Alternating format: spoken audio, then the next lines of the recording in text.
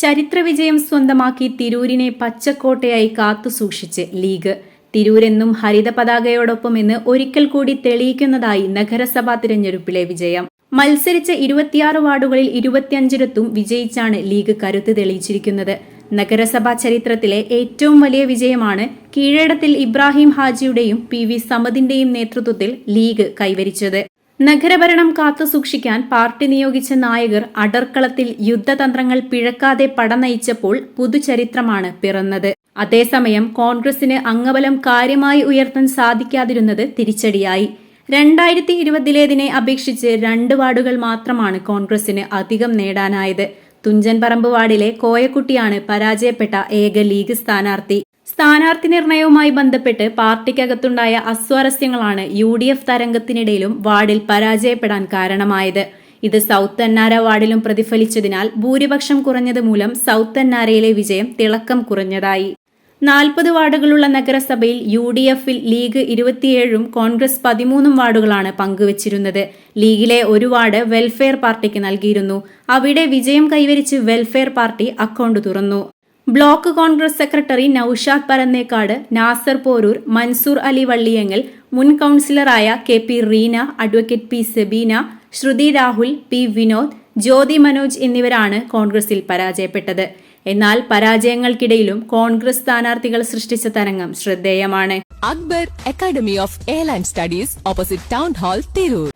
LDF-ന്റെ chairman സ്ഥാനാർത്ഥിയും CPM ജില്ലാ committee അംഗവുമായ അഡ്വക്കേറ്റ് ഗഫൂർ P ലില്ലീസ് വിജയിച്ച വിഷുപ്പാടം വാർഡിലാണ് മൻസൂർ അലി വള്ളിയങ്ങൽ പരാജയപ്പെട്ടത്. കഴിഞ്ഞ 2 തവണയും BJP 2ാം സ്ഥാനത്തെത്തിയ വാർഡിൽ കോൺഗ്രസിനെ 2ാം സ്ഥാനത്തെത്തിക്കാനായത് മൻസൂറിന്റെ നേട്ടമാണ്. CPM-ന്റെ ശക്തി കേന്ദ്രമായി കണക്കാക്കുന്ന വാർഡിൽ ഗഫൂർ ലില്ലീസിന്റെ ഭൂരിപക്ഷം 160-ൽ പിടിച്ചും കെട്ടിയതും മൻസൂർ അലിയുടെ പ്രവർത്തന മികവിലാണ്. CPM ഏറെക്കുറെ വിജയം ഉറപ്പിച്ചിരുന്ന തൃക്കണ്ടിയൂർ വാർഡിൽ കോൺഗ്രസിലെ വിനോദ് 2ാമതെത്തിയത് മറ്റൊരു നേട്ടമാണ്. ഇവിടെ CPM സ്ഥാനാർത്ഥി 3ാം സ്ഥാനത്തേക്ക് പിന്തള്ളപ്പെട്ടു. CPM-ന്റെ കുത്തക വാർഡായ പോരൂരിൽ 87 വോട്ടിന് മാത്രമാണ് അബ്ദുൽ നാസർ പോരൂരിന്റെ പരാജയം. CPM-ന്റെ സിറ്റിംഗ് കൌൺസിലർ സരോജ ദേവിയോട് 35 വോട്ടുകൾക്കാണ് അഡ്വക്കേറ്റ് സെബീനയ്ക്ക് തോൽക്കേണ്ടി വന്നത്. നിലവിലെ 38 അംഗ കൌൺസിലിൽ ലീഗിന് 16ഉം കോൺഗ്രസിന് 3 അംഗങ്ങളാണുള്ളത്. 16-ൽ നിന്ന് ലീഗ് 25-ലേക്ക് കുതിച്ചപ്പോൾ കോൺഗ്രസിന് 2 സീറ്റ് മാത്രമാണ് വർദ്ധിപ്പിക്കാനായത്. കഴിഞ്ഞ തവണയും കോൺഗ്രസ് 13 വാർഡിലാണ് മത്സരിച്ചത്. 2020-ൽ ലീഗിലും കോൺഗ്രസിലും ഓരോ റിബലുകൾ വിജയിച്ചിരുന്നു. അടുക്കും ചിട്ടയുമുള്ള പ്രവർത്തനങ്ങളിലൂടെയാണ് തിരൂരിൽ UDF ചരിത്രവിജയം സ്വന്തമാക്കിയത്. സ്ഥാനാർത്ഥി നിർണയം മുതൽ പുലർത്തിയ സൂക്ഷ്മതയും ഐക്യവും ഒത്തൊരുമിച്ചുള്ള പ്രവർത്തനവുമാണ് ലീഗ് വിജയത്തിന്റെ കാതൽ. യുവാക്കൾക്ക് വലിയ പ്രാധാന്യം നൽകിയാണ് ഇത്തവണ തിരഞ്ഞെടുപ്പിനെ നേരിട്ടത്.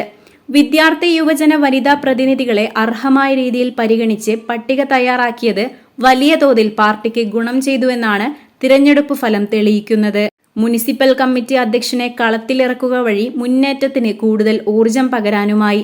തിരഞ്ഞെടുപ്പ് പ്രവർത്തനങ്ങൾ കൃത്യമായി ഏകോപിപ്പിച്ച് PV സമദും സംഘവും അണിയറയിൽ എണ്ണയിട്ട തന്ത്രം പോലെ പ്രവർത്തിച്ചതോടെ ലീഗിന് വിജയം എളുപ്പമുള്ളതായി മാറി. Editor live, Tirur. ഇന്ത്യയിലും വിദേശത്തും airline, airport, cargo, logistics, travel agency എന്നീ മേഖലകളിൽ ഉയർന്ന ജോലി സാധ്യതയുള്ള അന്താരാഷ്ട്ര നിലവാരമുള്ള കോഴ്സുകൾക്ക് world wide top 10 institute premier circle member. Akbar academy of airline studies, opposite town hall, Tirur. കൂടുതൽ വിവരങ്ങൾക്ക് വിളിക്കുക 9388221922. ട്രാവൽ ആൻഡ് ടൂറിസം, ഏവിയേഷൻ രംഗത്ത് ഉയർന്ന ജോലി സാധ്യതയുള്ള 3-year ഡിഗ്രി കോഴ്സുകൾ നൽകുന്ന മലബാറിലെ ആദ്യത്തെ എയർലൈൻ ഡിഗ്രി ക്യാമ്പസായ അക്ബർ കോളേജിൽ വിവിധ കോഴ്സുകളിലേക്ക് അഡ്മിഷൻ ആരംഭിച്ചിരിക്കുന്നു.